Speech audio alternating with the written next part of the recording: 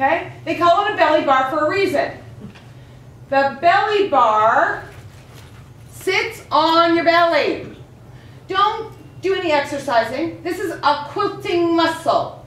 Where it pops out just under your belly button, you can't even suck it in, that is your belly. Your belly bar holds your machine up. If your machine belly bar is positioned properly, you will have the perfect visual. On the upswing, you'll be able to see behind and under your machine. Gentlemen, second or third rib, right where it bends in, that's where you want your machine. Because your upper bodies are different than ours. So you need to actually take it up to right where the rib curves. Okay? And that's where your belly bar should sit. Because guys have a longer, I don't know. Okay, if it is not in the right spot, your back's going to hurt, you're going to do permanent damage to your spine, your wrist, right that knot. Anyone have a knot in behind their shoulder blade? Adjust your machine. Bring it up or bring it down to put it in the right spot. Okay? But today, I'm going to quilt like this. Okay.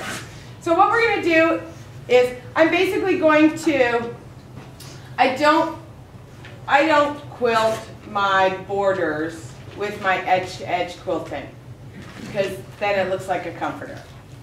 So I offer free motion borders separate, okay? I also base my machine or base my piece down or hold my piece or secure my piece or square my piece off using the ditch between the body of the quilt and the border, okay? That's a whole class, but I'll try and touch on it a little bit at the end of the class, okay, on how I do that, because I free float everything.